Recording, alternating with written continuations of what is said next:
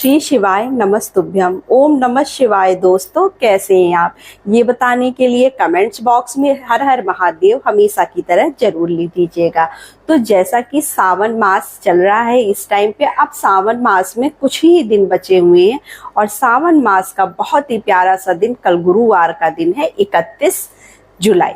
तो 31 जुलाई को हमें गुरुवार के दिन कौन से ऐसे उपाय करने चाहिए जो सावन मास में किए जाएं जिसका हमें पूर्ण फल प्राप्त हो, क्योंकि सावन मास में हम जो भी उपाय करते हैं किसी भी दिन पर उसका हमें विशेष फल प्राप्त होता है। कल हरि विष्णु जी का दिन भी होता है गुरुवार के दिन।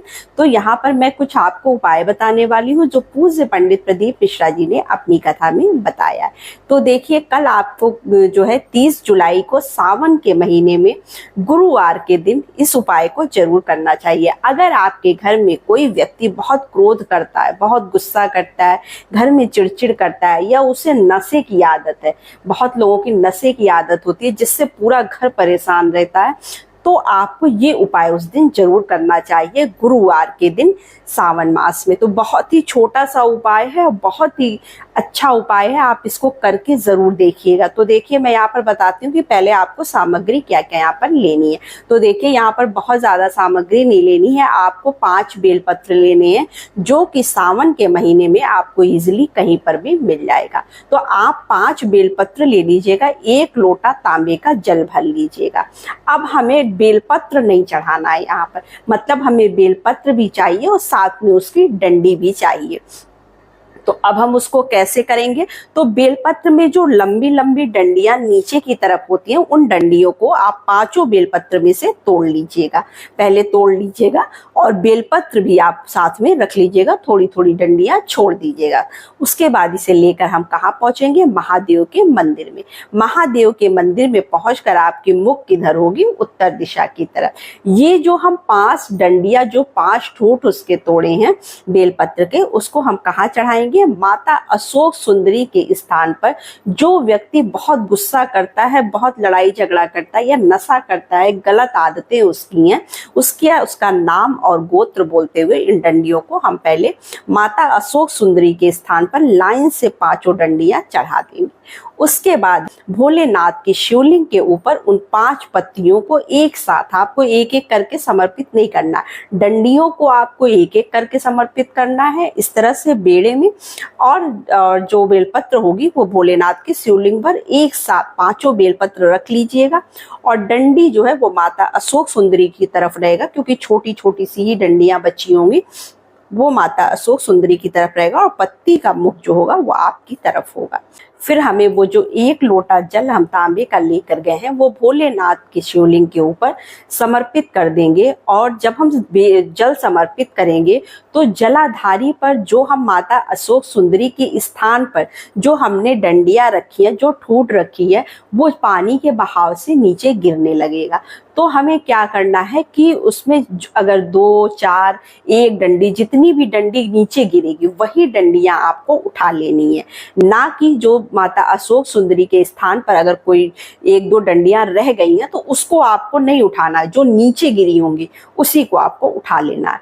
उठाकर माता को और भोलेनाथ को प्रणाम करते हुए आपको कहना है कि बाबा भाई आपके दरबार में आया हूँ, हमारे घर में ऐसी समस्या है, मैं बहुत परेशान हूँ इस व्यक्ति से, इसकी जो भी गंदी आदतें हैं, जो कुछ भी है वो उसे आप ठीक कर दीजिए।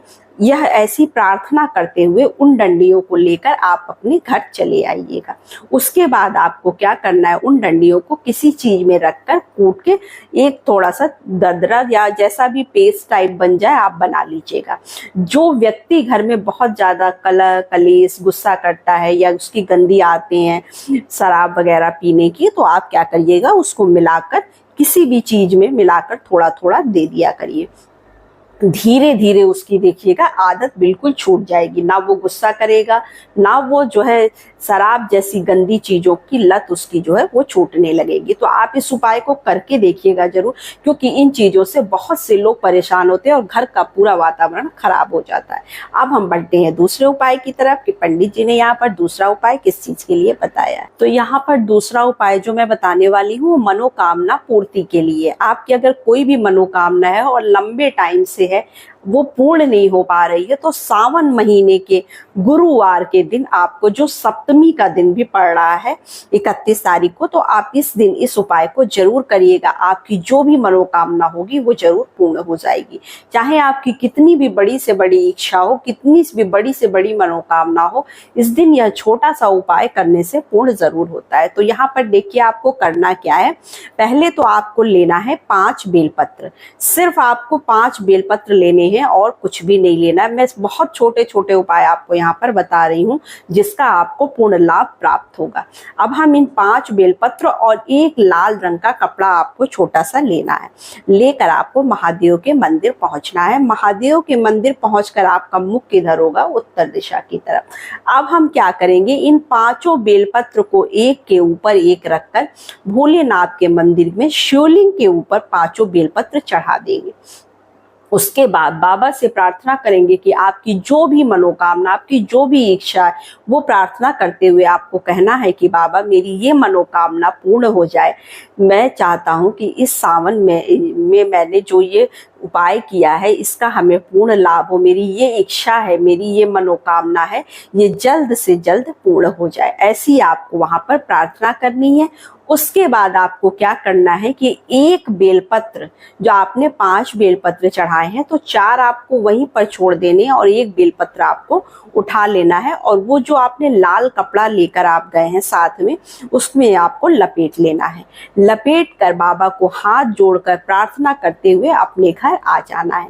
अब सावन में ज्यादा दिन नहीं बचे हैं, 10 दिन के आसपास सावन के और बचे हुए हैं। तो उस 10 दिन तक आपको उस लाल कपड़े में उस बेलपत्र को लपेट कर रख लेना है। और जब सावन खत्म होने लगे, खत्म हो जाए मतलब जिस दिन, उसी दिन आप जाकर वो बेलपत्र आप भोलेनाथ के शिवलिंग के ऊपर चढ़ा दीजिएगा। आपकी जो भी मनोकामना होगी, लंबी बड़ी से बड़ी मनोकामना जो है वो पूर्ण हो जाएगी। तो इस बात का आप विशेष ध्यान रखिएगा कि फिर आपको उस बेलपत्र को चढ़ाना भी है। तभी आप जब उपाय पूरा अच्छी तरह से करिएगा तभी उसका आपको पूर्ण फल प्राप्त भी होगा। अब बढ़ते हैं तीसरे उपाय की तरफ। मैं यहाँ पर जो तीसरा उपाय बताने वाली हूँ वो रोग के लिए। अगर आपके घर में भी कोई व्यक्ति बीमार रहता है, उसकी लंबे टाइम से दवा चल रही है, दवा असर नहीं कर रही है, आप बिल्कुल परेशान हो चुके हैं दवा कर करके, तो आप इस उपाय को सावन महीने के गुरुवार के दिन 31 तारीख को जरूर करें। तो देखिए छोटा सा उपाय है, आप इसे जरूर करिएगा। इसको करने के लिए आपको यहाँ पर सामग्री क्या क्या चाहिए। आपको पीला चंदन चाहिए, 7 चावल के दाने चाहिए। अगर आपको 1 लोटा पूरा गंगा जल मिल जाए तो बहुत अच्छा है। अगर नहीं मिल पाता है तो आप पहले गंगा जल लोटे में डालिएगा और फिर अपने घर का जल डाल दीजिएगा। अब इसे लेकर हम कहाँ पहुंचेंगे? महादेव के मंदिर में। महादेव के मंदिर में पहुंचकर आपको क्या करना है, जो आपने पीला चंदन लिया है, अगर वो पेस्ट में है तो ठीक है, नहीं तो आप उसमें हल्का सा पानी मिलाकर उसका पेस्ट तैयार कर लीजिएगा और माता अशोक सुंदरी के स्थान पर इसी चंदन का लेपन करना है। उसके बाद जो आपने 7 चावल के दाने लिए हैं, इसे हम जो है माता अशोक सुंदरी के स्थान पर एक एक करके 7 दाने लाइन से चढ़ा देंगे। चढ़ाने के बाद जो भी व्यक्ति बीमार है उसके लिए हम प्रार्थना करेंगे कि हम बहुत लंबे टाइम से ये व्यक्ति बीमार है, हम बहुत परेशान हैं, दवा कर करके हम परेशान हो गए हैं। बाबा माता ऐसी कृपा करिए कि ये आदमी स्वस्थ हो जाए और मेरे घर में बीमारी ना आए। अब इस तरह से आपको प्रार्थना करते हुए जो आपने 1 लोटा जल लिया है वो भोलेनाथ के शिवलिंग के ऊपर जो है आपको पूरा चढ़ाना है। कुंदकेश्वर महादेव का स्मरण करते हुए आपको यह जल समर्पित करना है और बाबा से प्रार्थना करना है कि वो व्यक्ति शीघ्र ठीक हो जाए। आपके घर में जो भी बीमारी, जो भी परेशानी है, लोग परेशान है अगर बीमारियों से, तो शीघ्र वो ठीक होने लगेंगे। तो बस यही छोटी सी वीडियो थी, छोटी सी जानकारी थी। अगर अभी तक आपने मेरा चैनल सब्सक्राइब नहीं किया है तो सब्सक्राइब कर लें, बेल आइकन को प्रेस कर दें ताकि मेरी नई वीडियो आने पर उसकी नोटिफिकेशन आपको तुरंत से मिल जाए। तो नमस्ते फ्रेंड्स, ओम नमः शिवाय, हर हर महादेव।